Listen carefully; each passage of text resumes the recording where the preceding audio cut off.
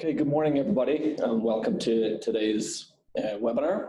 Today we're going to be discussing control and moisture ingress to help mitigate CUI. This is our third in our series of webinars. The first one we did was speaking of contact-free installation systems. The second was not all inspection ports are created equally.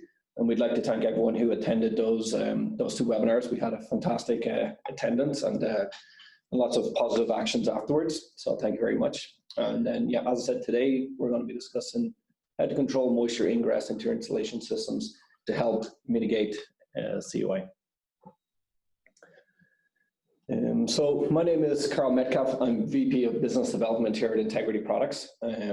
Just got my 4-year anniversary here at Integrity, so that's fantastic, and thanks to all the Integrity team. So combined, I have about 18 years of experience in the construction and oil and gas industry. Joining me here today is my colleague Ahmad, as always.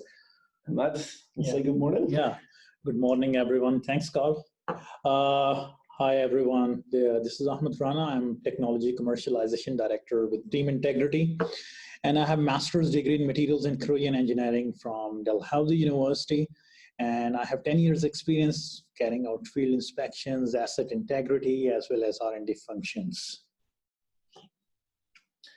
Great. So on today's agenda, then, we're going to be discussing CUI and damage mechanisms, moisture ingress points and sources of moisture, terminal cycling implications, moisture barrier products that we have, some additional products that Integrity Products carry as well. We'll do a quick summary, and then we'll leave it open for some questions then towards the end. Okay, so as we can see on the screen, so there are a bunch of listed damage mechanism. So as the name of the presentation indicates, that the control moisture ingress mitigates CUI. So that is basically the correlation between the moisture and CUI. So first we need to know what is CUI. CUI is corrosion under insulation. So this is one of the damage mechanism among 70 damage mechanism that has been reported by American Petroleum Institute. And like other members of the corrosion family, so CUI also needs moisture for its occurrence. And when we say about the CUI, so it's a very well-known damage mechanism across the industry. And it's being reported that 40 to 60% failure in the piping system is because of the CUI.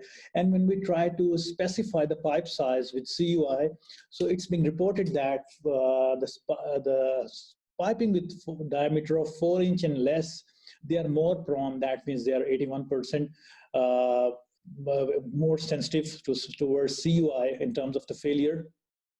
And in terms of the maintenance budget, 10% of the maintenance budget spending is related to the damages from CUI.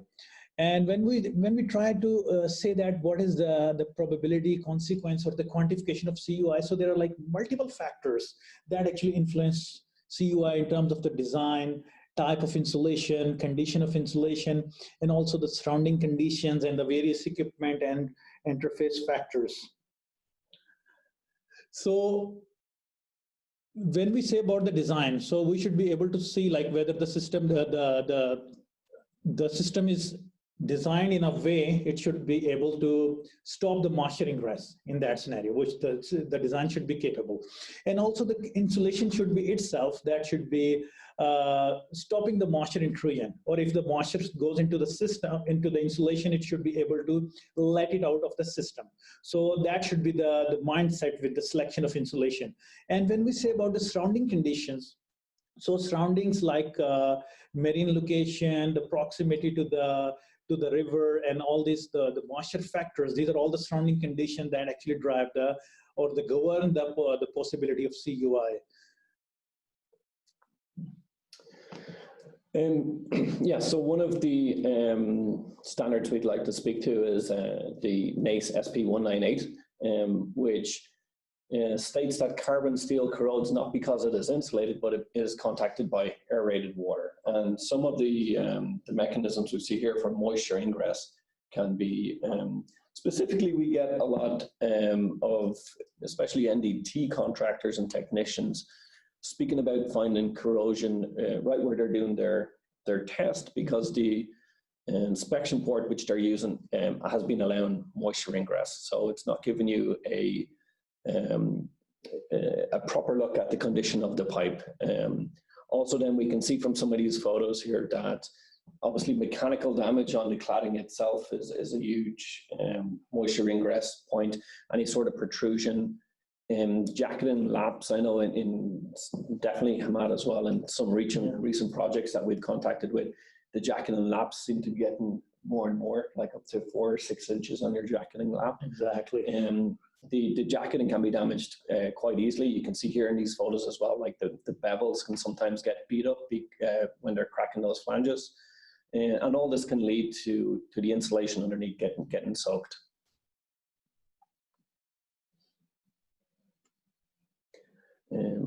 Also, these are some recent photos that we took from a project that we were working on in northern Alberta. So you can see on the left-hand side here, some trees have fallen onto the pipeline, resulting in damage to the outer cladding. And then we also have this bear who we've seen walking along the line and just crushing the cladding as he goes. So it's not always down to bad workmanship or people stepping on the lines or any other sort of damage like that. Sometimes it's just, as I say here, the interaction with nature and how that can also damage your cladding system. Awesome. I would say it's a warm and cozy location for the bear in the... Especially in wintertime in Alberta, the bears like to get up on those warm pipes for sure. Most attractive, yeah. Okay, so when we speak about the surroundings or the neighborhoods, so the main thing that comes from the surrounding is the moisture. And the various sources, external sources of the moisture could be the rain, thunderstorms, floods, snow, all these contribute towards moisture or the relative humidity. And also in the dry locations or the locations that are not in the proximity to the oceans. So still those locations could be having the high humidity, those plant locations, because of the cooling tower drift or the air that is coming from the cooling towers that carry the moisture. And the moisture, not only it carries the moisture, but the moisture carries the chloride ions in that. So in that scenario, there is a high possibility for the CUI as well as the chloride stress corrosion cracking. And also there have been various instances where the process spills or the leaking flange from some equipment or some pipeline that triggers the CUI in one of the neighboring line. And also like from some of the neighborhood maintenance activity, like there is a hydroblast cleaning of exchangers or the pressure vessels. So the moisture or the water that is coming from those maintenance works, that can also trigger the CUI via soaking of insulation. And also like the areas where there is a consistent pouring of the salt on the roads, especially during the winter time, and whenever there is a rain, there is a high possibility that the vapors or the envelope that will form around the insulated lines, that would be a high chloride vapor envelope. So these are all the factors that contribute that, and I would say these are all force majeures. We can't actually do anything about that except controlling the process spills and the neighborhood leaks. And when we say about the internal sources of the moisture, so internal sources could be the damage of the pipeline or the pressure vessel itself, like in the form of like a pinhole, or there is a rupture, there is a fracture, or the complete failure of equipment. So this result in the loss of containment and the release of the moisture. And also steam tracing, that is on the line to maintain the temperature, that can also get damaged and cause the condensation or the moisture build up on this pipe skin. And also the condensation and the thermal cycling, these are really concerned, especially they can damage the passive scales that actually form on the metal skins and aggravate the CUI rate.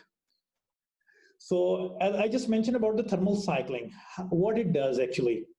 So thermal cycling, it is reported in the literature that temperature is one of the major factors behind CUI and the cyclic temperature or the thermal cycling that accelerates the corrosion rate, CUI rate.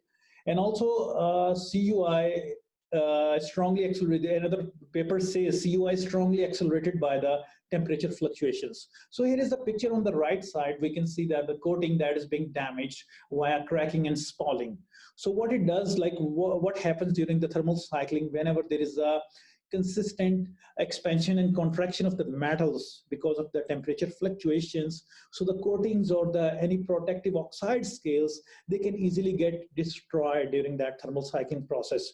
And the destroyed coating in the scales, that is again high, that again triggers the corrosion. So this is how it works.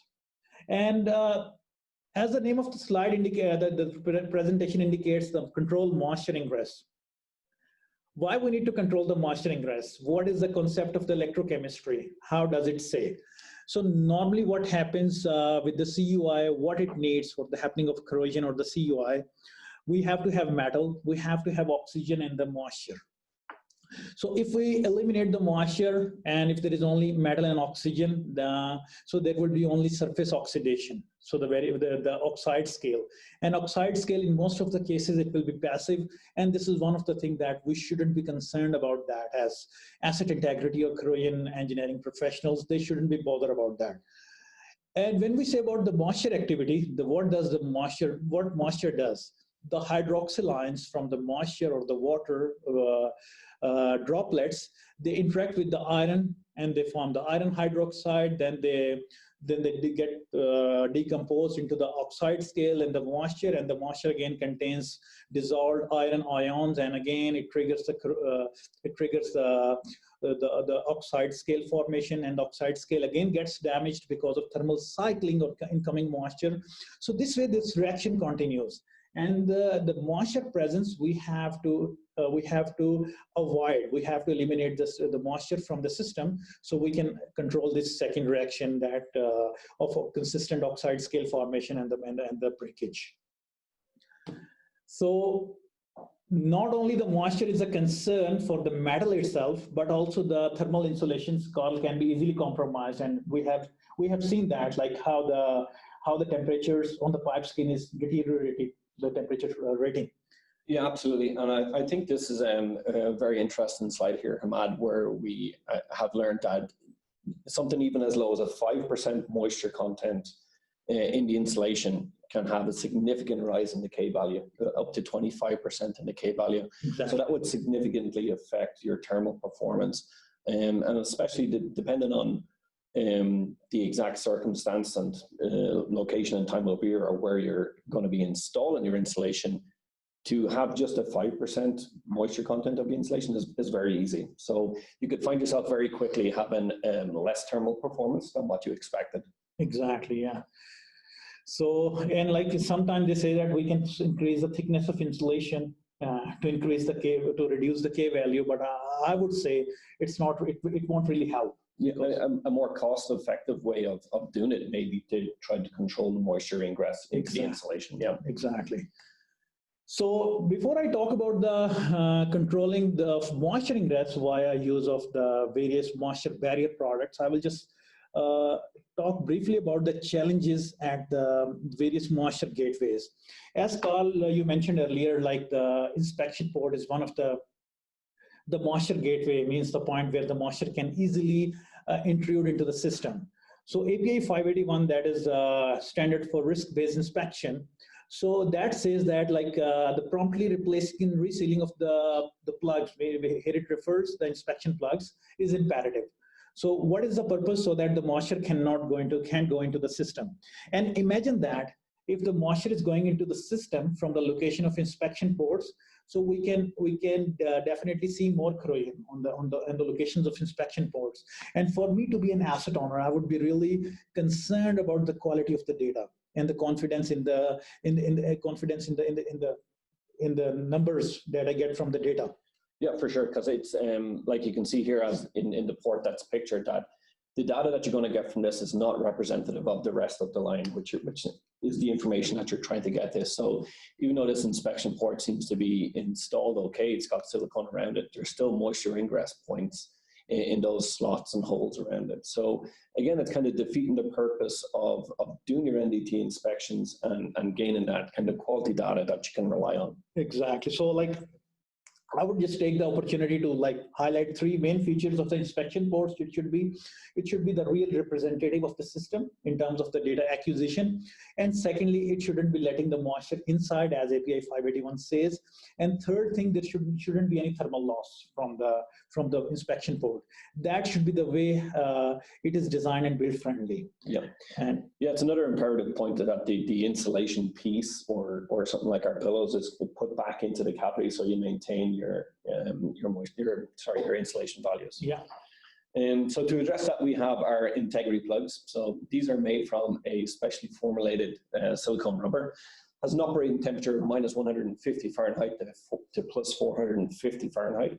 And they have a flexible metal skeleton built into the edge trim, which allows them to easily bend and contour to the curvature of the cladding which they're being installed to, or it means they can also be installed on tight elbows.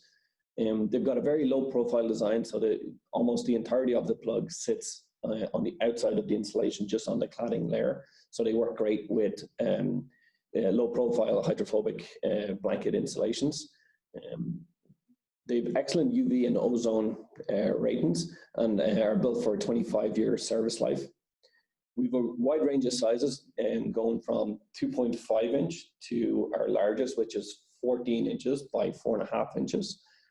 Again, that one's kind of great for large bore pipe in or tanks and vessels, this kind of thing. And they also each plug comes in its own individual package, which contains a cardboard template, so you can easily mark and cut out the hole for installing the plug. They come with the stainless steel screws that are required to install them. They also come with full install instructions, which also contain a QR code, which brings you directly to a installation video. Here are some field shots of the plugs installed. So we can see on the left-hand side, we've got this is one of our 5-inch rounds installed right at a kind of key location there in the piping. And also on the right-hand side, this is our 9.5 by 3.5 inch inspection port, which is installed right on the apex of this tight elbow.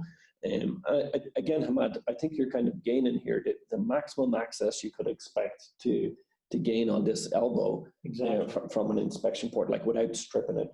Absolutely. Gaining the maximum amount of access. So again, very important to the NDT technicians that they can take a good sample size and have data then that's representative of the piping as a whole. The other important feature of our integrity plugs is that because they have the flexible metal skeleton, they will actually bend and again contour to any mechanical damage which they receive and still maintain that watertight seal. So here's just a couple of images showing the rough life these plugs have to put up with in the field, but you can see, particularly with the one in the center, that even though it's received some very heavy mechanical damage, the port still stays sealed and maintains its watertight seal. Thanks, Karl. So another gateway that has been a concern for the piping, for the insulated piping, are the terminations. Especially, I would say in most of the cases, the terminations are protected via beveled end caps. And there is a likely possibility, as we have seen in the earlier picture, they can easily get damaged due to the mechanical loading and due to the pipe vibrations or the silicone sealant that is being applied at the edges that can easily be compromised during the aging. So once the termination is compromised, either because of mechanical damage or from the damaged silicone, so the moisture can easily intrude into the system. So we have designed this product like the termination gasket that is being tailored to match the size of the various insulation and the various pipe sizes. So that helps to stop the moisture ingress at the terminations. And also another benefit is that it compartmentalizes the moisture. So the benefit of compartmentalization can be used to address this concern, as highlighted by API 571. It says about the sweet spot for CUI. So what it says, the first few feet of a horizontal pipe adjacent to the vertical run, that is the most favorable location for CUI. And imagine why it happens, because the moisture goes down due to gravity, and especially the horizontal segment next to the vertical segment that receives considerable moisture that is coming down. And imagine we have a termination gasket that can stop that moisture transmission via insulation. If we compartmentalize that moisture travel and we do the proper inspection and the maintenance at the same spot, definitely we can eliminate that, the CUI from that loop. Yeah, for sure. And as you said, Ahmad, moisture is always going to move towards the low point in the system. So we see a lot of clients use our termination gaskets in order to be able to either seal those terminations or compartmentalize their system. Particularly, they might use our drain plugs as well, so that you're given a path for moisture to escape the system. So you're stopping it traveling down your lines, and you're also giving the moisture a path to escape. Exactly, and this is also made from solid state silicon compound that can fit up, like that can survive up to the temperature, constant temperature of 240 to 250 degrees Celsius. And because of the wide range of sizes, and it can match the wide range of thickness of insulation thicknesses, it's a precision fit, and it's very user friendly in terms of installation. And so there is no need for special workmanship for that. Yeah. And these are some field shots for the horizontal and the vertical terminations. So all you need for installation, just need to apply the silicone. No need to apply more, I would say. Yeah, so the termination gasket itself is just kind of open on one side, so it allows you to kind of open it and wrap it around the pipe. And it's then just a friction fit, like the cladding comes over top, and one of the standard bands that they use in the industry is just going to be used to kind of to fix it in place. And then, clients again usually just have a bead of silicone around the inside trim, and then it's as simple as that. So a very quick and easy install for prefabricated termination gasket, which, as I say, will maintain those that watertight seal at your terminations. Okay, so another concern in terms of the moisture intrusion is the protrusion in the pipes and the vessels itself. So this is like a citation from API 583 that says appurtenances or the protrusion, like in terms of Grinnell clamps or the rings and the saddle or the support, that actually project outside the insulation. So they create the openings. So those openings are the sweet spot for the moisture ingress. And definitely the CUI can be triggered from those locations. To address this issue of the moisture intrusion at the location of protrusions, we have the clamp covers, and they are made from the EPDM rubber and can sustain up to a temperature of 149 degrees Celsius, constant temperature. They are also made from, they also have a flexible metal skeleton like our integrity plug. They are having the excellent UV resistant, and they are available in range of sizes. It's called, like, interesting thing about this this plug is that we can stuff that with the insulation. So, and we can avoid the thermal losses from the. Yeah, absolutely. I think there's a couple of key features. As I said, it has the flexible metal skeleton, so it allows to form a nice seal with the curvature of the cladding itself. Again, we would recommend additional silicone to help seal it, and again, that's part of our install instructions. And then, of course, if you were to kind of just stuff it with insulation, you're kind of also protecting against any thermal loss through the Grinnell clamp itself. Okay, so this is our perforated dimple wrap. So as we know that, like, the sweet spot for the moisture intrusion is via terminations, protrusions at the inspection port. And also there are like many instances the moisture gets intrudes through the jacketing labs or like any damaged cladding. So in those circumstances, the moisture intrusion rate would be significantly high. And once the moisture goes into the system, so there would be thermal losses because of the soft insulation, and the CUI on the pipe skin because of the moisture activity. So we have this the newly designed product that helps to eliminate the moisture out of the insulation. Even in the insulation is soaked, this is designed to take the moisture against the gravity. So via evaporation.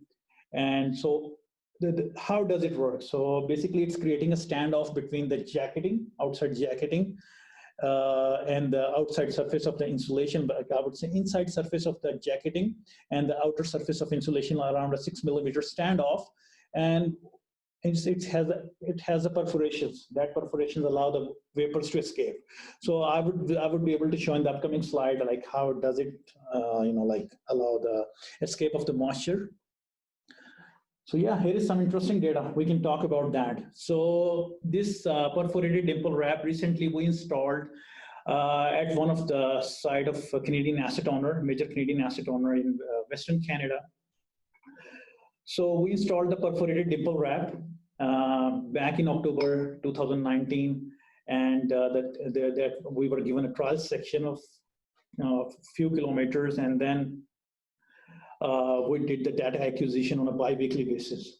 Yeah, and it was installed over pre-existing wet and damaged insulation. Exactly. I think the moisture levels that we measured at the start were upwards of 80%. Absolutely, insulation. Yeah, significantly high.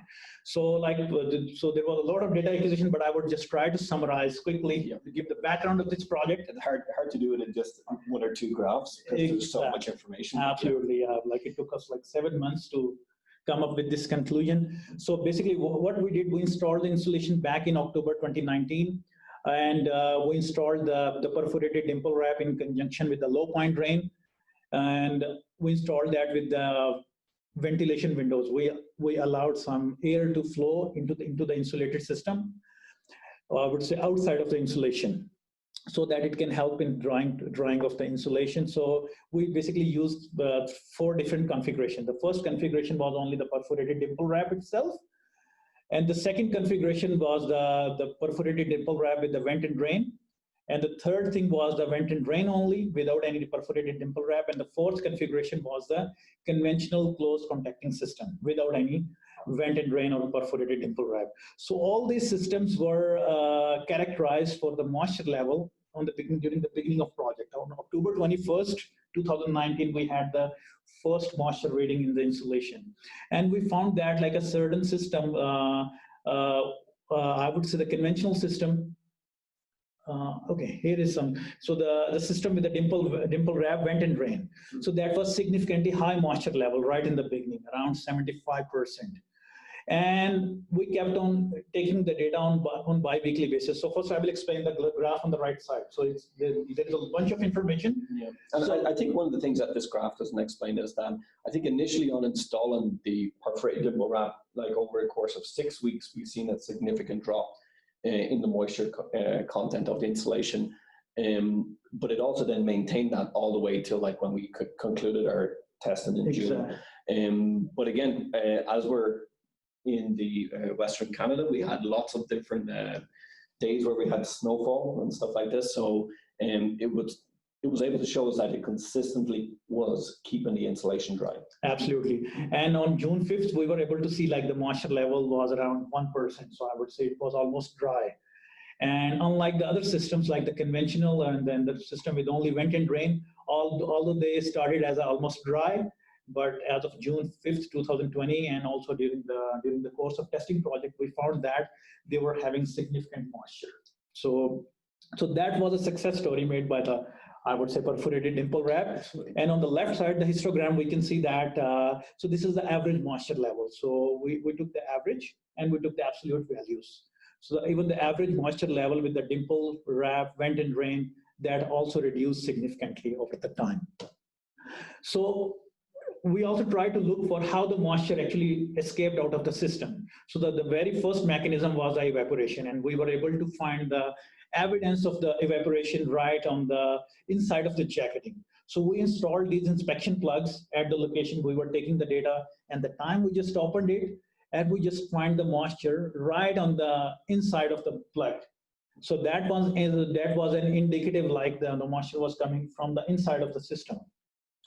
And once this evaporation happens, so the moisture is tries to find an escape path to go out of the cladding, and if we don't have any mire or any standoff, any low point drain, moisture can stay trapped in the system, and it can go back again in the insulation. Yeah, and your insulation is going to be in a submerged condition. Absolutely. In a lot of scenarios. Yeah, so we have to have a system in terms of the low point drains and the standoff between the jacketing and insulation to allow it to escape. So this is a typical thermograph and how the the moisture behaves in the system in terms of the condensation or in terms of the evaporation. So I will just explain this nice looking thermograph. So the red spot is showing the high temperature zone. So this is the hottest zone within the insulated system. So any moisture that was on the surface of the pipe, because of the high temperature, it will evaporate. So once it travels through the thickness of insulation, it's going through the various temperature zones. So the time it will reach the dew point, it will become liquid and try to come down to the 6 o'clock position or the low points. Or it will try to, even if it's a vapor, it will try to go out, and wherever it will find the condensation point, or maybe it can find the jacketing, or it can find the midway through the thickness of insulation, it will liquefy. So the key benefit of our perforated dimple wrap in this case was the moisture that was striking, the condensation vapor that was striking the inside of jacketing, they weren't able to go back into the insulation. They were staying outside. And that's the reason we find the significant moisture with our perforated dimple wrap, significantly low moisture with our perforated dimple wrap. Yeah, because you're now given the moisture room to move to the 6 o'clock position on the pipe and then freely kind of leave the Absolutely. system. So whether it's vapor or liquid moisture, you've created that 6 millimeter standoff between the insulation and the exterior cladding, which allows that moisture then to leave the system. Exactly. So I would say in a perfectly designed insulated system, so the condensation is likely expected at the jacketing location. And the presence of the perforated dimple wrap stops the moisture from going back into the system again. Sure. So also we had the moisture to escape out of the system via gravity. So the moisture that was condensing at the jacketing, on the inside of the jacketing, that was going down at 6 o'clock position due to the gravity, and it was coming out. And I think we took this picture back in February with minus 35 degrees Celsius. Yeah, and this was the fantastic thing about doing it in wintertime, was we were left with this physical evidence of icicles grown from the ground up. You can see in the pictures that obviously the warm moisture has been able to exit through our drains, and then as it contacted the ground, it froze and formed these icicles. So as we looked along this piece of pipeline, we could see evidence of our PVC dimple wrap doing its job, getting the moisture out of the insulation and out of the system. Okay, here is some interesting one. So another benefit of the perforated dimple wrap is that it has a very high compressive strength. So imagine any wildlife walking, any bear jumping on that, though they don't jump on the pipeline. So like they are walking in case of high compressive load. So it can still sustain without damage of jacketing, compromising insulation. Yeah, I mean, the compressive strength of 39 psi is quite considerable, and really gives the metal cladding that bounce back, from any sort of mechanical damage. And as we discussed earlier, I mean, it can happen in a number of different ways, whether it's a black bear walking on the line or a teddy bear jumping on the line. It gives it that bounce back and that rigidity now to be able to not only protect the cladding, but also then protect the insulation from getting wet. Yeah, perfect. Okay, so I mentioned earlier about the moisture activity at the pipe skin. So presence of the hydroxyl lines is triggering the corrosion via formation of iron hydroxide, iron oxides, and scales damage and all this chain reaction. So all we need to have is to stop the moisture activity at the pipe skin. So we have this PTFE spacer wrap that is made for high temperature resistant Teflon. Teflon is inherently known to be an insulator, and it has a very high impermeability. So what it does is stops the moisture from reaching the pipe skin, and the event of any chlorides that are either coming from the environment or either coming from the leachant insulation as a leachant. So that can also be protected and prevented from reaching the pipe skin. And yeah, the other thing the PTFE is doing here is that any moisture formation or condensation on the pipe surface, it now is, it's no longer blocked moving to the 6 o'clock position. So absolutely, it's given it that space to be able to move to the 6 o'clock position on the pipe. There's a 6 millimeter standoff, so the moisture is no longer in direct contact with the pipe. And on install of the PTFE, we recommend just a butt finish at the 6 o'clock position, so that moisture can then move into the insulation and from there Absolutely. outside of the system itself. Yeah. And also recently we had a chance to do the field trial for the PTFE. So we installed the PTFE wrap, spacer wrap on a line that was running at 120 degrees Celsius. The time we installed the PTFE wrap, by taking all the precautions, we installed the PTFE wrap on the line, and we measured the temperature on the outside of PTFE wrap. So it was around 59 degrees Celsius. So that's a fair evidence that PTFE is delivering its insulating performance, because it's stopping the heat from coming out of the system. And as we know that the mineral wool insulations, their performance can definitely be improved if they have the lower incident temperature. So imagine like a insulation that is exposed to 200 degrees Celsius. Having PTFE wrap, Karl, we can bring the temperature down to. Yeah, for sure. So it's acting as a heat shield for the insulation material itself. And of course, keeping your insulation in good condition just ensures that you get peak performance from the insulation material. Yeah, exactly. So with this one, it's providing a contact-free design, it's adding to thermal performance, and it's a completely impermeable, anti-leachant, I would say, barrier. And here is our complete system, employing the perforated dimple wrap, PTFE spacer wrap, in conjunction with the vent and drain.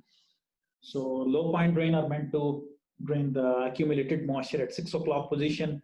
Vents are meant to allow the air circulation into the system so that like the insulation drying time can be reduced.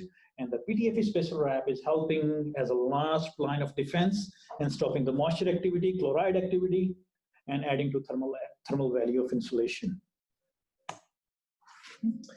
Yeah, and it's been great to get our full system in use on a large scale project, because these are products that we have been working very hard on over the last kind of 12 months.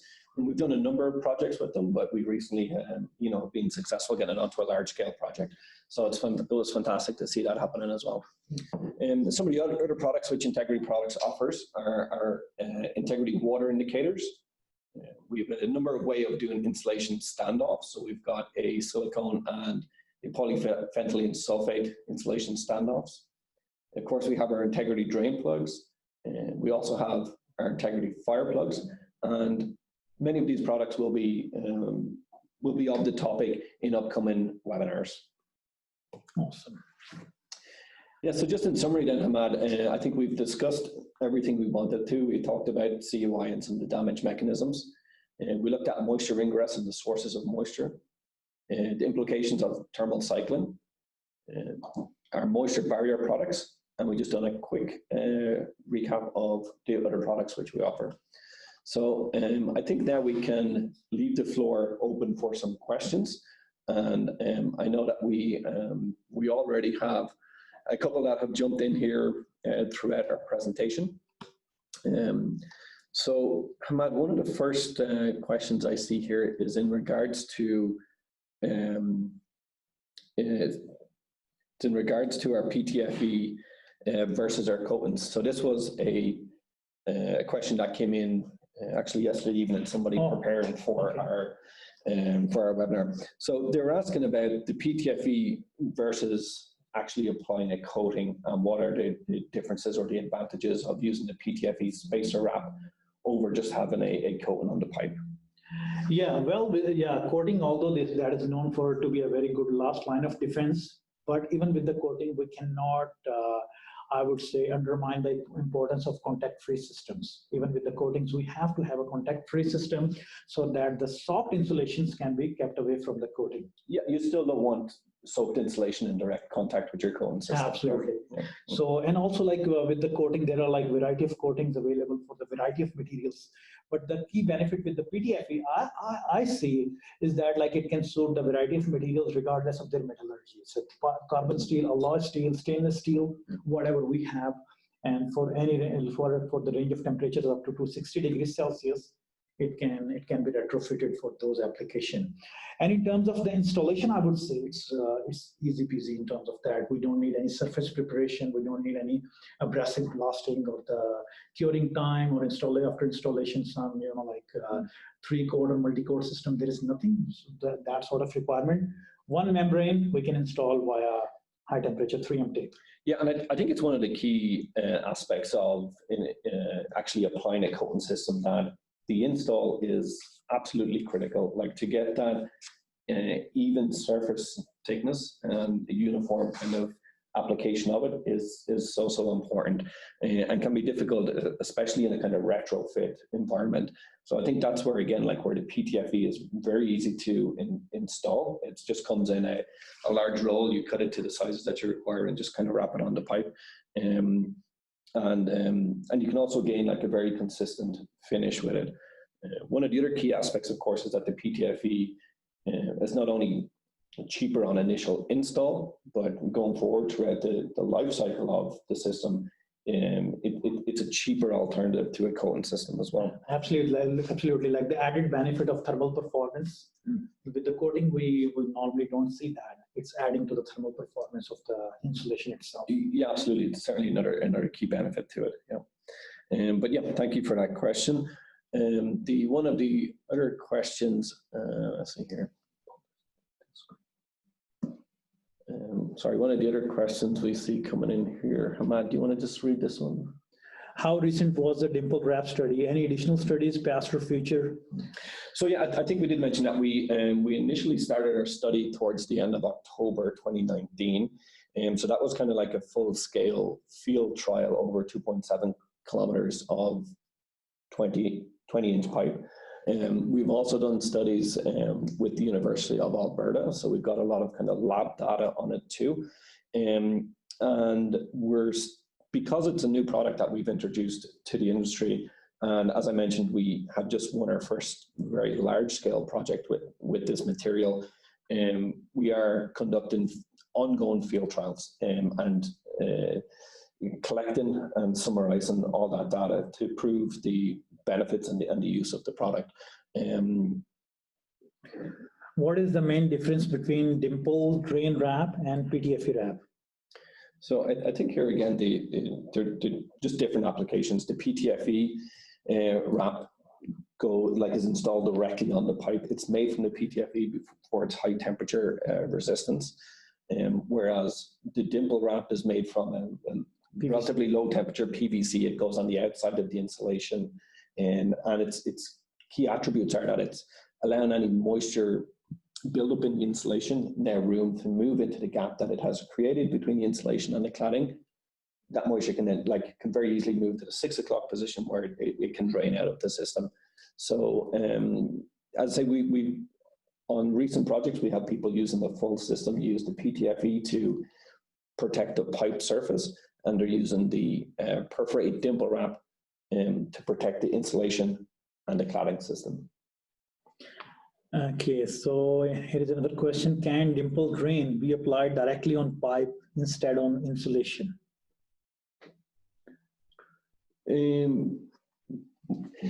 Yes, I suppose it could, depending on the temperatures and the particular kind of the particulars of the application.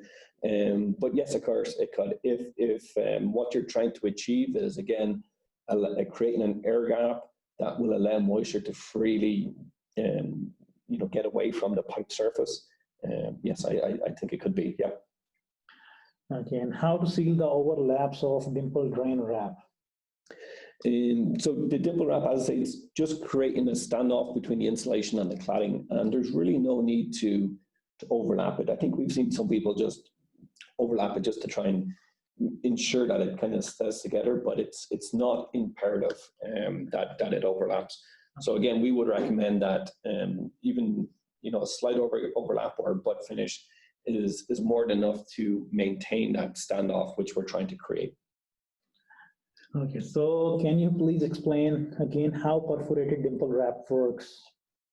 So basically, the perforated dimple wrap is actually giving, I would say, guided path to the vapors that are coming out of the insulation. So basically, it's working with the principles of nature, like I would say. So yes, I think traditionally, Ahmad, if you can imagine a situation where you've got definitely in a cyclic temperature system where your temperatures are fluctuating and you've got condensation built up on the pipe, a lot of the time that moisture and that condensation will vaporize through the body of the insulation. So once it starts to reach the outside of the cladding, what's it going to do? It's going to, when it reaches the cold surface, the cold inner surface of the cladding, it's going to recondensate and form moisture. So again, if the cladding is trapping that moisture in the system, it's going to soak back into the insulation, which will eventually contact the pipe. So what the perforated dimple wrap is doing is creating that standoff between the insulation material itself and the inner surface of the cladding, and moisture can freely pass through the perforated dimple wrap into that air gap that it has created, flow to the 6 o'clock position where it exits the system through our drains. Exactly. So basically, perforated dimple wrap is sitting in the coolest zone of insulated system. So any liquid moisture that would be there in the coolest zone, that will find an escape, guided escape path to 6 o'clock position. And also there is a question, I would say it's a question. Can we obtain the previous and current recorded webinars? Yeah, we can send them. Yeah, they're available on our YouTube channel, and we can certainly make them available to everyone here after the presentation. This presentation as well will be available on YouTube later today, I'm sure. And I'm sure it's going to be something that we will also put out there as part of our marketing and our social media pages. Awesome. So we had one other person as well asking about determination gaskets and what sizes they're available in. Yeah, I think we may have skipped over it quickly during the presentation, but we make them bespoke. So for every pipe size, every insulation thickness, we can make the gaskets to suit. We've even done some very large ones in excess of 30 inches on 30-inch pipe.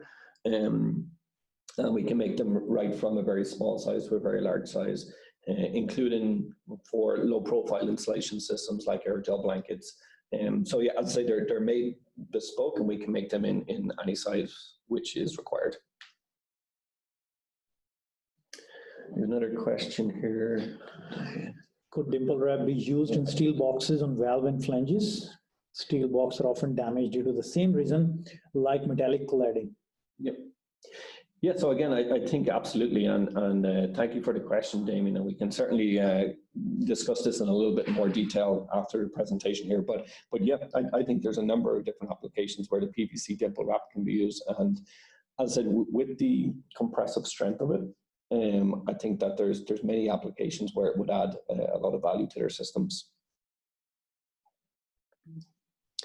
We have another question here, Ahmad, which is asking, is there an acceptable level of moisture content for your insulation to have? I mean, the quick answer is no, like it's zero is best. Exactly. But is there any range? Like we've seen that during the presentation, we mentioned that 5% moisture content increases the K value by 25%, which is significant. But is there anywhere in between that's deemed to be an acceptable level of moisture? Well, I would say there has to be a significant study on that. Yep. It has to be determined by the application to application, case to case. The manufacturer, the specific insulation. Exactly, and yeah. As I say, I think the quick answer is no. Like, no. I mean, really, no. If you can keep your insulation completely dry, it's going to perform at its peak. And but I think you're right as well, Matt, that there's a lack of data in the industry about that particular question.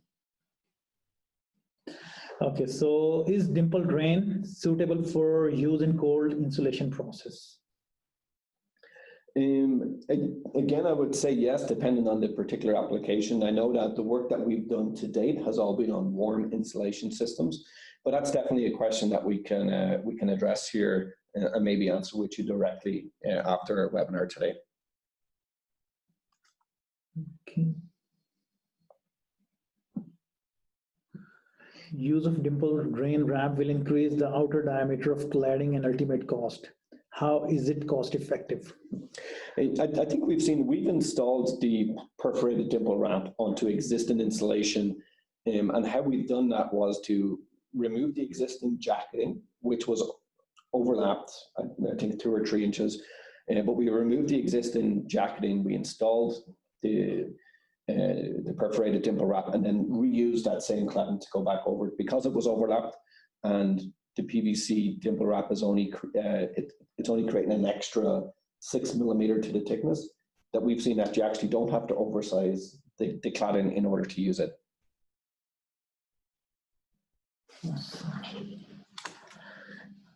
And with that question, Ahmad, where we talk about cost effectiveness, we have seen and we've discussed with many clients that the lifespan of their insulation system in some cases is incredibly short. And we've heard instances of particular clients re-insulating a pipe 3 times in 5 years. Yeah, exactly. And the metal cladding getting damaged and having to be replaced on an ongoing basis as part of the maintenance program. The PVC perforated dimple wrap is a relatively cheap product, and if it can really have the benefits of extending the lifespan and the life cycle of not only your insulation itself, but the metal cladding as well, which is very susceptible to damage. So in terms of kind of a cost benefit analysis, I think you would find that the PVC significantly, absolutely, and would pay for itself in a very, very short period of time. Absolutely, yeah. And especially with the maintenance jobs, I would say it's super friendly. You don't have to strip off the insulation. Just remove the cladding, apply it directly. Yeah, again, traditionally, I think a lot of asset owners would, with wet and damaged insulation, they would be removing the insulation and disposing of it, and then reinstalling new insulation.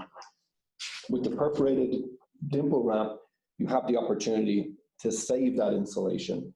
We've also been working with a lot of the major insulation manufacturers, and they have confirmed with us that once their insulation is allowed to dry out and get back into good condition, it will retain all its thermal performances as per out of the factory, out of the box, as per new kind of thing.